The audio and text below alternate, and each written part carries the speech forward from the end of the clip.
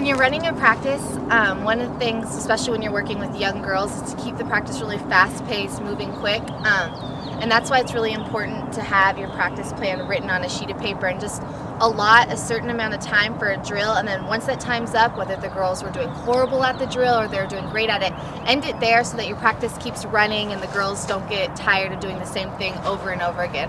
I know even with older girls, we'll get sick of it in line, we'll start talking, and then, you know, our attention is no longer on softball. But if you have a practice that's moving quick and the girls have to do something for an allotted amount of time and then they go and do the next drill, you'll have their attention.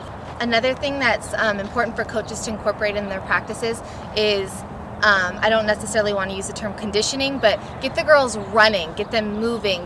This is a sport, we're supposed to be active, and in softball there's sometimes, you know, a lot of standing around. We can change that in the way that we run our practices. You can start or end practice with base running.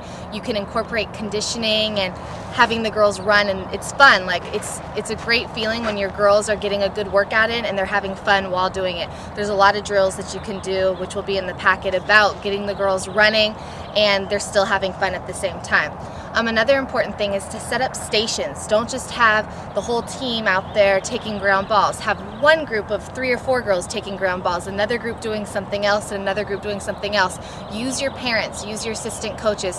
Have the girls doing stations, and that keeps the practice moving. Another thing is when you're communicating the drills to the girls, instead of being like, okay, this group go take pop flies, this group go do ground balls, this group go hit, tell the girls the purpose of the drill and what exactly you're looking for. Take the whole team to the outfield and say, this is what I want you to do on pop flies. I want you to call it. I want you to take a back step instead of back pedal.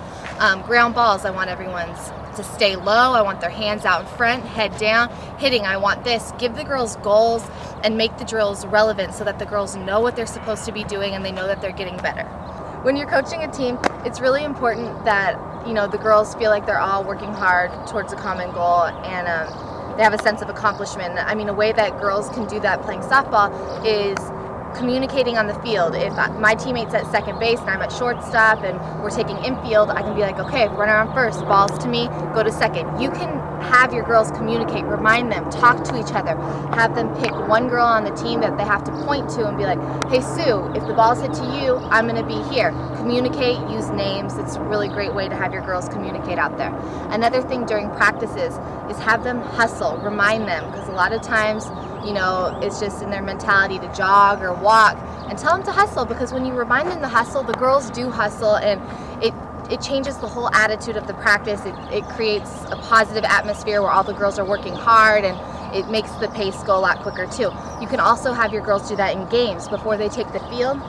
Have them get together, do a team cheer, and then everyone sprints to their position. I know at Cal, our coach will say 7 seconds. That's her big thing, and she would stand there and count 1, 2, 3, all the way to 7 to make sure everyone got to their position before those 7 seconds are up. So the outfielders were hauling out there.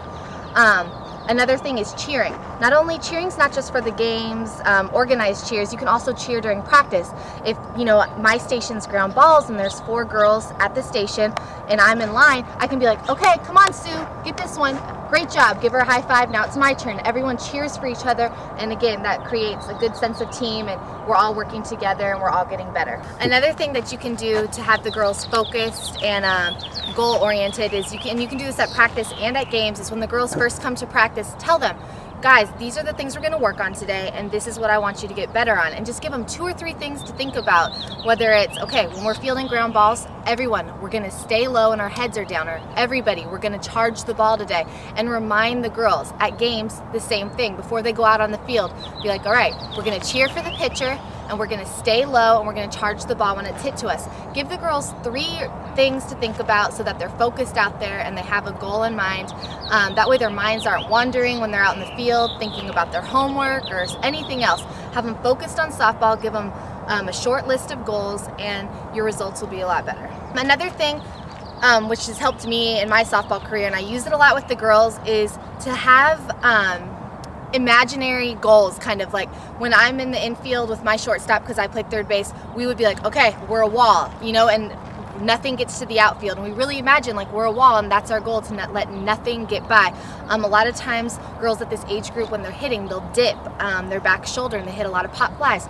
I did that when I was younger, and I would always pretend that I had a tomahawk in my backhand and I would want to chop it with my palm up. That really helped my hitting. Again, have the girls have imaginary things, and it really helps them in, first of all, it creates a focus, and they're using their mind out there. They're not just going through the motion. And also it's fun. It's a fun game. You know, when I'm out in the infield, I'm pretending like I'm a wall, nothing gets to the outfield. It gives you a goal, and you start working hard to create that.